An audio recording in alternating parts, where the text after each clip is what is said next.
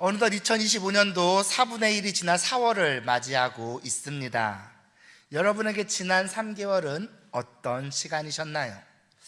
큰 틀로 보자면 국내적으로는 비상계엄과 대통령 탄핵으로 인한 혼란, 국외적으로는 미국의 트럼프 대통령의 자국 지상주의 정책들로 인한 어려움 등 여러 부정적인 요인들로 채워졌던 시간이 아니었나 싶고요.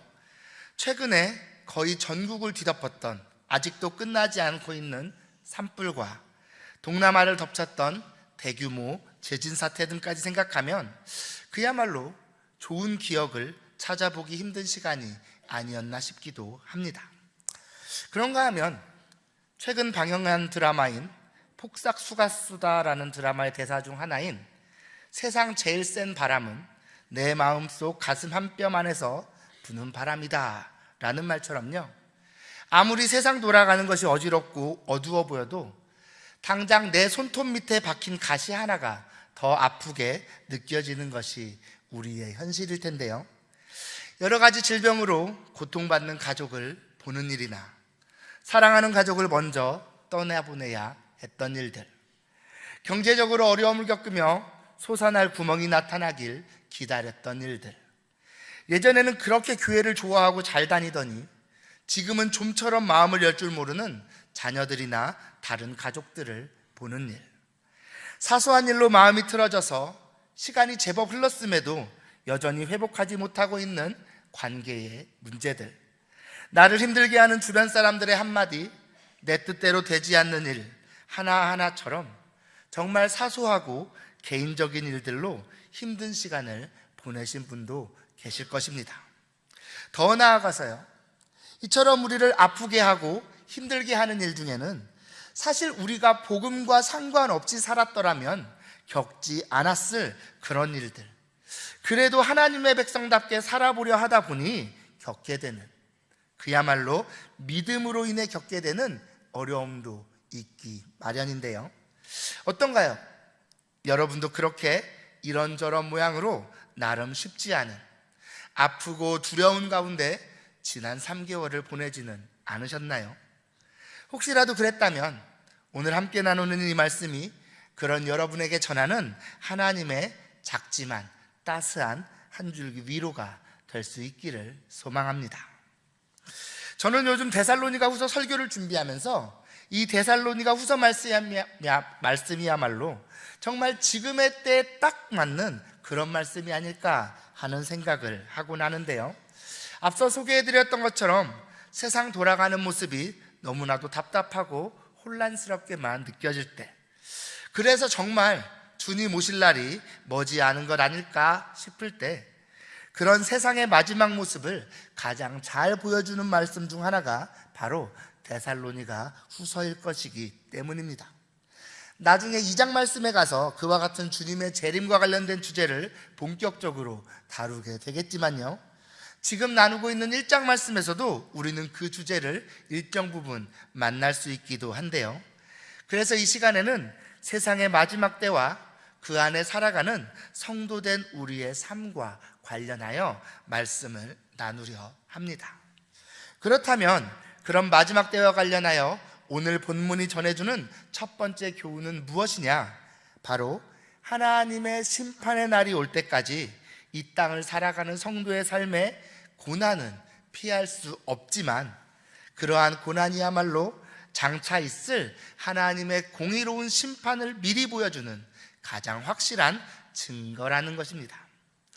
여러분, 단적으로요, 저와 여러분이 성도로 이 땅을 살아감에 있어서 고난은 필연적으로 만날 수밖에 없는 것이어서요, 맘먹으면 혹은 운이 좋으면 피할 수도 있는 그런 선택적인 요소가 아닙니다. 실제로 우리가 성경을 읽다 보면요, 예수님의 제자들이나 사도 바울처럼 새롭게 예수님을 만나고 그 복음 안으로 들어온 후에 바로 그 믿음 때문에 고난을 통과하게 되는 모습을 우리는 너무나도 많이 만나보게 되는데요, 마치 모든 성경 말씀이 우리에게 고난이 없는 신앙생활은 있을 수 없다는 것을 강조하기라도 하는 것처럼 말이죠. 그런데요, 오늘 본문은 성도된 우리가 이 땅을 살아가며 피할 수 없는 그러한 고난을 어떤 시각으로 바라봐야 하는가에 대해 아주 중요한 교훈을 우리에게 가르쳐 줍니다. 바로 성도가 당하는 고난이 하나님의 공의로운 심판의 표시라는 것입니다. 여러분, 하나님을 믿는다고 하는 저와 여러분 같은 성도가 계속해서 어려운 일을 당하고 아픔과 슬픔 가운데 있을 때 세상 사람들은 그런 우리에게 어떤 반응을 보일까요? 하나님이 공의로우신 분이 아닌 것처럼, 혹은 하나님이 지금 이 세상 돌아가는 일에 아무런 관심이 없는 것처럼 그들은 이야기할 수 있지만요, 성도가 이 땅을 살아가며 당하는, 특히나 믿음으로 인하여 당하는 고난은 오히려 하나님이 살아계실 뿐 아니라 얼마나 공의로운 분이신가를 보여주는 표시이고요, 우리 하나님이 지금도 성도의 삶과 이 세상의 역사에 개입하고 계신다는 표시가 된다는 것이죠. 우리는 그것을 오늘 본문 4절과 5절 말씀을 통해 알 수 있는데요, 우리 5절 말씀을 먼저 함께 읽어볼까요? 5절입니다. 시작. 이는 하나님의 공의로운 심판의 표요 너희로 하여금 하나님 나라에 합당한 자로 여김을 받게 하려 함이니 그 나라를 위하여 너희가 또한 고난을 받느니라. 아멘. 여기 5절 말씀 보시면 이는 이라는 말로 시작해서 그것이 하나님의 공의로운 심판의 표다라고 말씀하는데요, 그렇다면 여기서 이는 이라는 이 말이 가리키는 것이 무엇이냐? 그것이 4절 말씀에 나타납니다. 우리 4절 말씀도 함께 한번 읽어볼까요? 시작. 그러므로 너희가 견디고 있는 모든 박해와 환난 중에서 너희 인내와 믿음으로 말미암아 하나님의 여러 교회에서 우리가 친히 자랑하노라. 아멘. 여기 4절 말씀 상반부를 보시면 너희가 견디고 있는 모든 박해와 환난이라고 이야기하는 이것이 바로 앞서 읽었던 5절 말씀에 이는이라는 말이 가리키는 것인데요, 너희가 견디고 있는 모든 박해와 환난, 이것이 하나님의 공의로운 심판의 표시이자 너희로 하나님 나라에 합당한 자로 여김을 받게 하는 표시라는 것입니다. 그런가 하면 아까 읽었던 5절 말씀 하반부에 그 나라를 위하여 너희가 또한 고난을 받느니라 라고도 말씀하는데요, 이 역시도 같은 의미로서 데살로니가 교회 성도들이 경험하고 있는 박해와 환난, 고난이 그들로 하나님 나라 백성임을 증거해 준다는 것이죠. 그렇다면 고난이 우리가 하나님 나라 백성됨을 증거해 준다는 이 말은 과연 무슨 의미냐? 이와 관련해 사도 베드로는 베드로전서 4장 말씀에서 이렇게 말하고 있는데요, 우리 조금 길지만 4장 16절에서 19절 말씀을 함께 읽도록 하겠습니다. 시작. 만일 그리스도인으로 고난을 받으면 부끄러워하지 말고 도리어 그 이름으로 하나님께 영광을 돌리라. 하나님의 집에서 심판을 시작할 때가 되었나니 만일 우리에게 먼저 하면 하나님의 복음을 순종하지 아니하는 자들의 그 마지막은 어떠하며 또 의인이 겨우 구원을 받으면 경건하지 아니한 자와 죄인은 어디에 서리요. 그러므로 하나님의 뜻대로 고난을 받는 자들은 또한 선을 행하는 가운데 그 영혼을 미쁘신 창조주께 의탁할지어다. 아멘. 이 말씀이 말하는 바가 무엇입니까? 이 땅을 살아가는 성도의 삶 가운데 믿음으로 인해 오는 고난은 우리가 하나님의 백성으로 완성되어 가는 과정이자 하나님께서 당신의 집에서 심판을 시작하셨다는 표시라는 것인데요, 하나님께서 심판을 시작하시면서 가장 먼저 행하시는 일은 당신의 백성들을 온전한 자로 만들어 가시는 일이라는 것입니다. 여러분, 하나님께서 당신의 백성들을 향해 베푸시는 구원은요, 그냥 있던 죄를 용서하시는 것으로 끝나는 것이 아닙니다. 하나님께서는 그렇게 죄인된 우리를 받아주기만 하시는 것이 아니라 죄인으로 태어나 죄에 익숙해져 있는 우리를 고난을 통하여 연단시키시고 점금같이 빚어 당신의 나라에 살아갈 당신의 백성으로 합당한 자로 만들어 가시는 것인데요, 그렇게 하심으로 우리가 마지막 날에 있을 하나님의 심판을 넉넉히 견디고 다시 오실 주님을 맞이할 수 있도록 하신다는 것이죠. 여러분, 저와 여러분을 포함한 많은 이들이요, 하나님께서 우리 형편을 지금보다 조금 더 좋게 하시면 우리가 하나님을 더 잘 믿을 것으로 생각하곤 하지만요, 사실 우리는 그런 존재가 되지 못합니다. 도리어 좋은 일이 계속 일어나면 금방 느슨해지고 그런 믿음의 귀한 복들을 가치 없는 것으로 여겨 그렇게 귀하게 여기지 않는 것이 우리의 본래 모습일 뿐이죠. 그래서 하나님께서는 때로 우리의 삶 가운데 고난을 주시면서 죄에 익숙해져 있는 우리의 나쁜 습관들을 걸러내시고 우리를 새롭게 빚어 하나님의 백성답게 정금같이 연단시키시는데요, 당장은 성도된 우리만 고난을 당하는 것 같고 우리만 더 손해보고 더 큰 아픔을 겪는 것 같지만요, 그런 고난은 우리가 하나님의 백성으로 하나님 나라를 향해 가는 과정에 불과하다는 것입니다. 그렇기에 그렇게 구원받아 하나님의 백성으로 만들어져 가고 있는 우리가 지금 당하는 고난의 아픔을 통해 믿지 않는 자들이 마침내 당할 그 심판의 아픔은 어떠할지 생각하면서 고난으로 인해 낙심하거나 억울해하지 말고 그럴수록 더욱 선을 행하라는 것이죠.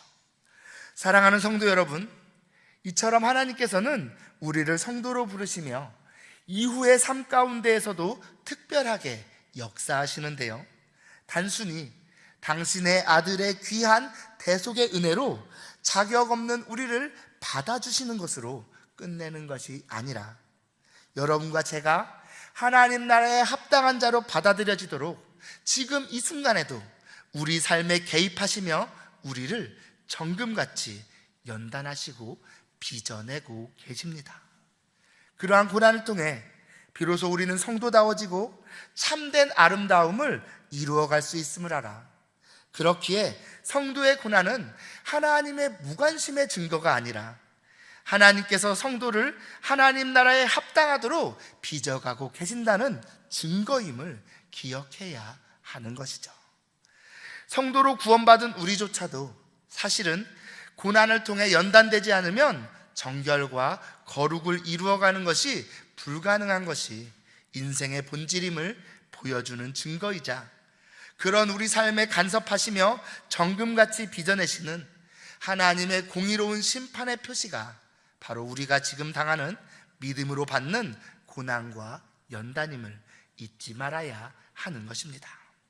사랑하는 성도 여러분, 로마서 5장 3절과 4절 말씀에서 사도 바울은 이렇게 말합니다. 우리 함께 읽어볼까요? 시작. 다만 이뿐 아니라 우리가 환난 중에도 즐거워하나니 이는 환난은 인내를, 인내는 연단을, 연단은 소망을 이루는 줄 알미로다. 아멘.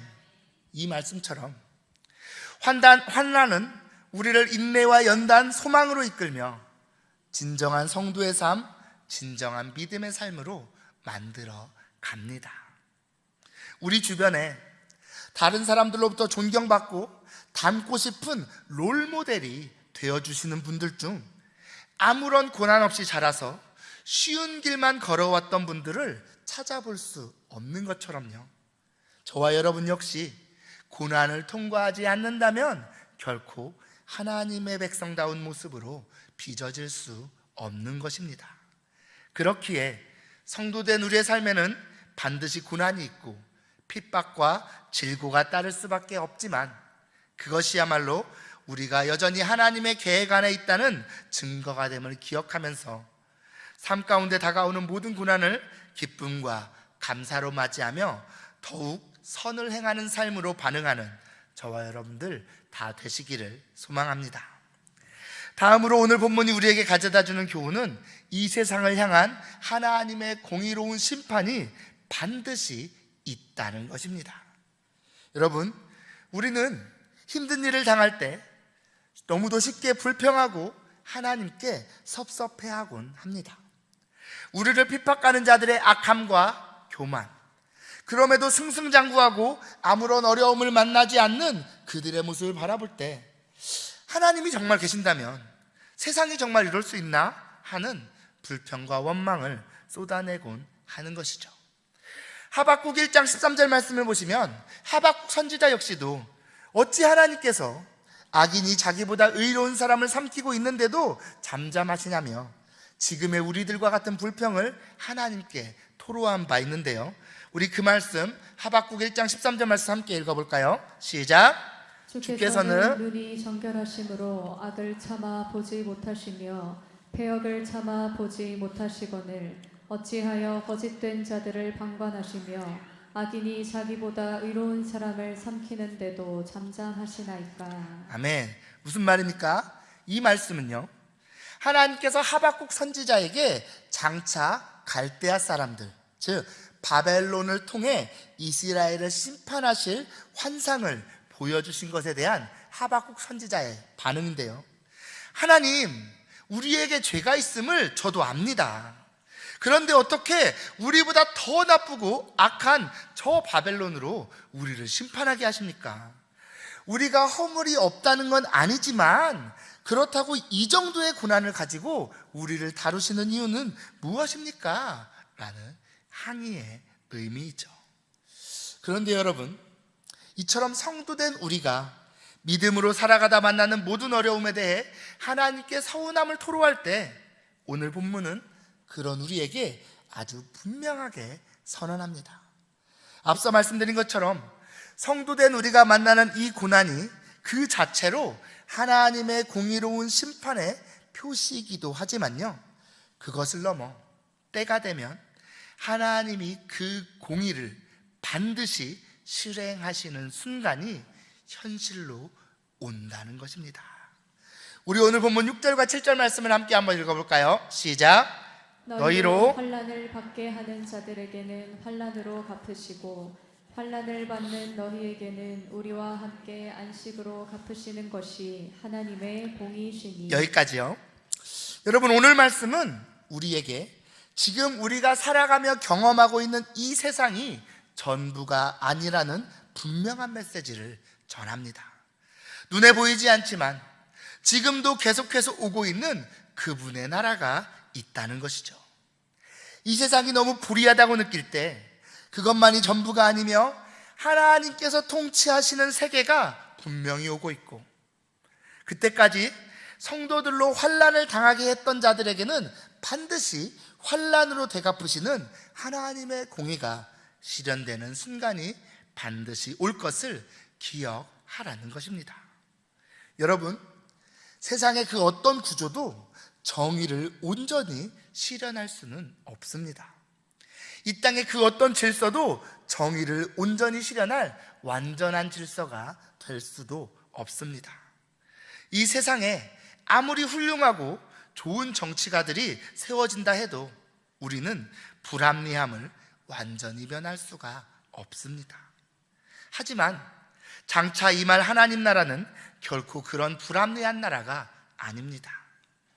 하나님께서는 공의롭고 정대하게, 그래서 악한 자에게는 반드시 행한 그 악대로 행하시는데요, 성경은 그런 하나님의 때가 지금도 오고 있다고 분명히 선언합니다. 악인들이 그 악한 중에 멸망하지 않고 아직도 하나님의 심판이 시행되지 않는 것인 하나님께서 인내하심으로 오래 참으심 때문이지 공의로움이 없기 때문이 아니며 반드시 그날이 온다는 것이고요, 물론 우리 하나님께서는 형용할 수 없는 자비와 오래 참으심으로 악인에게도 끝까지 기회를 주시는 분이셔서요, 심지어 악한 자들이 하나님의 공의가 어디 있으며 심판이 어디 있냐고 말할 만큼 오래 참으시고 계속해서 기회를 주시는 분이시지만요, 하지만 그럼에도 끝내 그들이 돌이키지 않으면 반드시 그러한 악인을 향한 심판이 시행되는 순간이 온다고 성경은 분명하게 말씀하고 있는 것이죠. 여러분, 우리는 이 불의한 시대를 살아가면서 너무나 많은 사람들이 분노하고 억울해하며 자신이 손해보지 않기 위해 자기 방식으로 보복을 행하는 것을 봅니다. 정말 상상할 수 없는 범죄들이 개인의 분노에서 시작하고 막연한 다수를 향한 범죄를 통해 아무 관계없는 사람들을 향하여 자신의 분노를 쏟아내고 있는 것이 오늘 우리 사회의 어쩌면 보편적인 모습이라 할 것입니다. 하지만 성도된 우리는 결코 그렇게 살 수 없습니다. 시대가 어떻게 흘러가도 우리는 절대로 우리 방식대로 보복하려고 하지 않아야 하고요. 대신에 오른뺨을 맞으면 왼뺨을 돌려대고, 오리를 가자 하면 심리를 가고, 겉옷을 구하는 자에게 속옷까지 벗어주는, 그렇게 세상과 다른 형태의 삶을 살도록 우리는 부름을 받았기 때문입니다. 어떻게 그런 삶이 가능할까요? 바로 우리는 하나님의 공의로운 심판이 반드시 임할 줄을 아는 사람이기 때문인데요. 우리가 세상 사람들처럼 억울해하면서 내 방식대로 되갚으려 하지 않고 도리어 복의 근원이 되어 세상을 축복하며 살아갈 수 있는 것은 우리가 이 세상의 불의함을 몰라서나 세상의 악함, 세상의 부패가 보이지 않아서가 아니라 나를 부르신 하나님의 부르심이 복의 근원으로서 세상을 축복하도록 부르신 것임을 알기에 심판의 때까지 인내하고 기다릴 수 있는 것입니다. 부름을 받은 우리의 역할을 충성스럽고 진실되게 행하며 그야말로 하나님 앞에서 이 땅을 살아가야 한다는 것이죠. 사랑하는 성도 여러분, 때로는 아무도 우리 눈에 묻은 그 눈물을 헤아려 주지 못하는 것 같아도요, 때가 되면 하나님께서 마침내 저와 여러분의 삶 가운데 참된 안식으로 갚아 주실 것입니다. 그때까지 때로는 억울하고 아프지만 마침내 주님께서 행하실 심판, 마침내 우리에게 주실 안식, 수고했다, 착하고 충성된 종아 참 잘했다 칭찬하실 그 순간을 기억하며 그때까지 인내해야 하는 것이죠. 이처럼 당장은 세상에서 악인이 득세하는 것 같고 믿음 안에 살아가는 삶은 손해와 아픔만 가득한 삶인 듯해도 머지않아 마침내 하나님의 공의로운 심판이 이 땅에 임할 것이며 그날 우리의 모든 아픔은 위로받게 될 것임을 기억하며 끝까지 주신 믿음 잘 지키고 살아가는 저와 여러분들 다 되시기를 소망합니다. 이제 말씀을 맺겠습니다.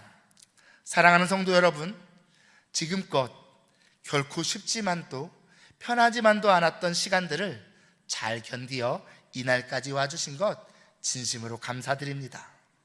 하지만 그랬다고 남은 여러분의 앞날이 마냥 즐겁고 편하지만은 않을 것입니다. 어쩌면 이전보다 더 힘든 순간을 맞이해야 할 분도 계실 것입니다. 하지만 분명한 것은 우리가 믿음 안에서 만나는 모든 어려움과 아픔이야말로 이 땅에 하나님의 공의로운 심판이 실제로 그것도 머지않아 있게 될 가장 분명한 증거가 된다는 것입니다.